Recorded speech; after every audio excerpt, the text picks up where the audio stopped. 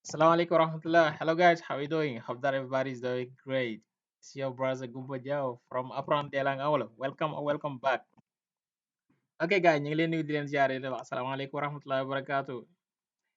Ok, seen mbokk la Gumbo Jao ci Apprendre langue en wolof di leen dalal ci seen beneen bindu English. Ok, bindu tay bi ñuy jëm ci incha allah comme ni ñu leen ko defee rek saa su nekk tey mi ngi jëm ci wàllum reading dawal maanaam lecture dinañ jox benn texte boo xam si dañ leen di wax naka la ñuy dawalee naka la ñuy prononcer yenn baat yi yenn waat yi bu ko defee yooyu dina dimbale ci seen njàngum anglais. Ok gars yi ginnaaw bala ñoo commencé nag bala ñu dugg ci loolu di leen annoncé benn livre boo xam ne si jot nañu ko woon bind boo xam si dafa lay jàppale ci moo xam yow anglais moo la yitteel wala français wala arabe bi donc koy yitte woore incha allah ma nga ñu contacter.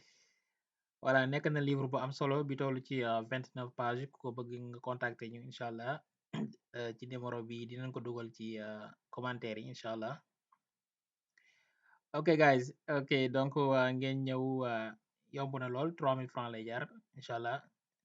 Fichier bi ne fichier PDF lay doon incha allah donc ko bëgg rek nga jëm ñu contacter daa ñu dugal suñu numéro ci commentaire bi incha allah guys. So wala format bi nii lay ñëwee comme ni nga gisee ni buñ bind ci français buñ bind ci anglais dañ koy traduire ci français ak arabe. Ok, léegi ñu dugg si ñun la bindu tay bi. Ok, let's talk about the lesson. Ok, reading moom mooy dawal lecture. Titre bi mooy tuddu title bi is my beautiful family.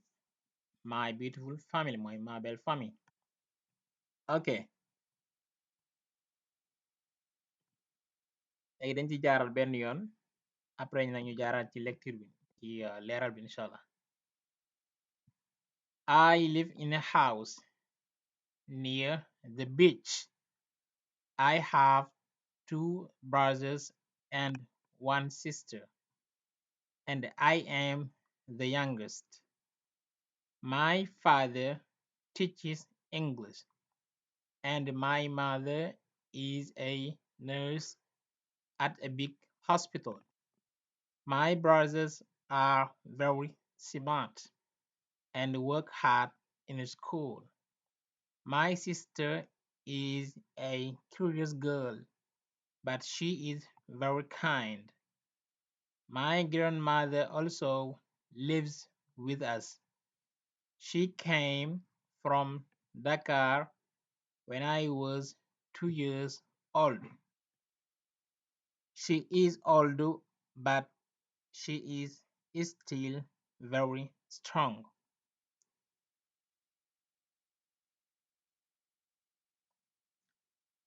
My family is very important to me. We do lots of things together. My brothers and I like playing football. My sister likes to cook with my grandmother.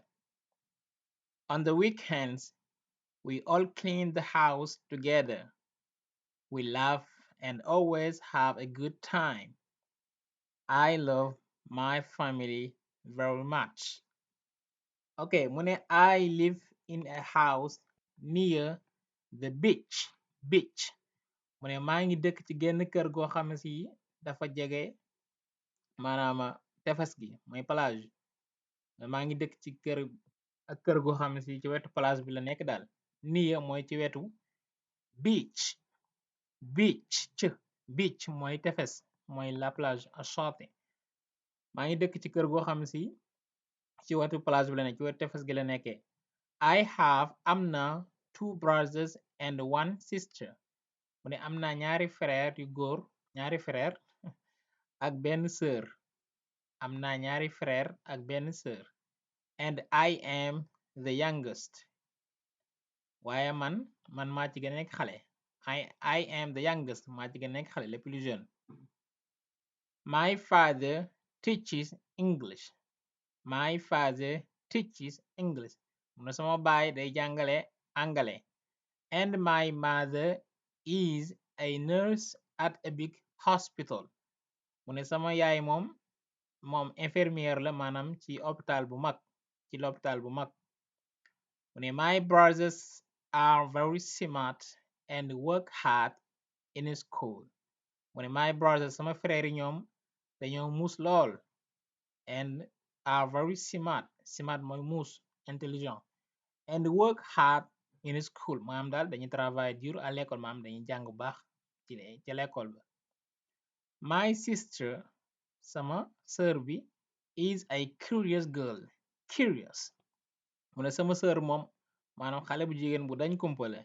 Curious but waaye nag but she is very kind waaye nag ku baax la lool. Elle est très gentille, trop gentille. My grandmother also lives with us. Mu ne sama maam bu jigéen moom tamit ñoo dëkkandoo maanaam ñun ak moom ñoo dëkk. My grandmother sama maam bu jigéen also ba tey lives with us. Moo dëkk naa ñun daal voilà. She came from Dakar mu ne mi ngi jóge Dakar sama maam bu jigéen boobu she elle came from Dakar when I was 2 years old. Mu ne mi ngi jóge woon Dakar te jamono bi ma amee ñaari at. When I was 2 years old. Quand j'avais euh, ok 2 ans. Mu ne she is old. Mu ne maam bu jigéen boobu she moom ku jigéen ki maam bi lay wax she is old maanaam màggat la but waaye nag she is still very strong waaye nag ba léegi mi ngi dëgër lool mi ngi dëgër ñooñu daal. Okay, she is old but she is still very strong. Okay, mu ne my family is very important to me. My family is very important to me. Mu ne sama famille daal lu am solo la ci man. Okay, sama famille lu am solo la ci man daal. Mu ne we do lots of things together. Mu ne mbir yu bari dañ koy defandoo daal ñoo koy defandoo man dañ koy defandoo ensemble. We do lots of things. We do lots of things together. Mu ne my brothers and I like playing football.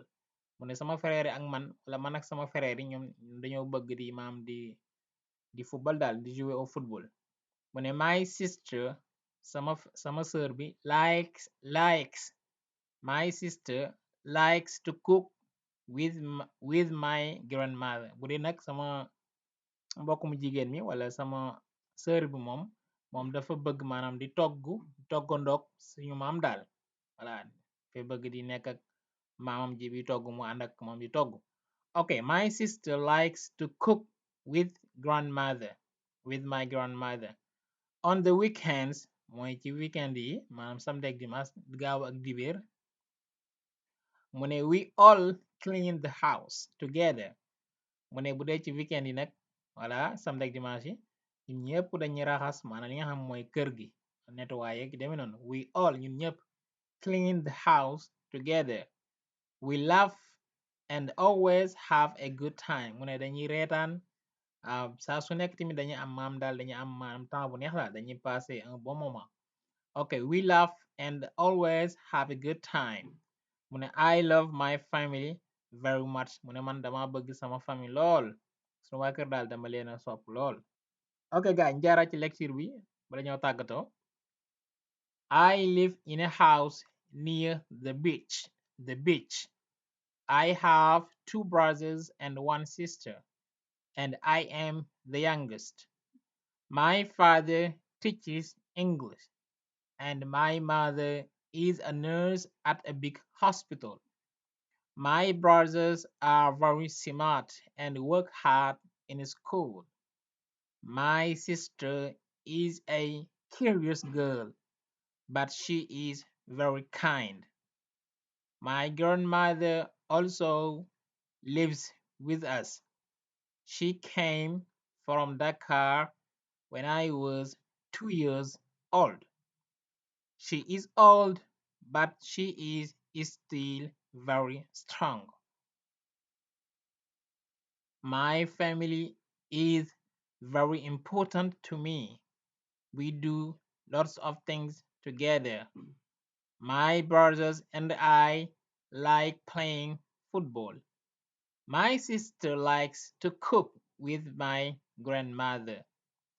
On the weekends, we all clean the house together. we laugh, and always have a good time. I love my family very much. Okay guys, donc kon loolu andi loon tey am yaakaar bu baax a baax am na solo donc n'oubliez pas de vous abonner ah. Okay guys, don't forget to subscribe. Okay, don't forget to subscribe guys. Hit the subscribe button. Okay, like and share our videos. Donc li wax gars yi ñi nga xam si bëgg nañ téere bi tamit ñu jokkoo ñun ci numéro bi incha allah rabbi dina leen ko bindal ci commentaire yi. Okay, thank you guys. That's all for me today. Thank you for watching. May God bless you all. See you in the next one. Take care.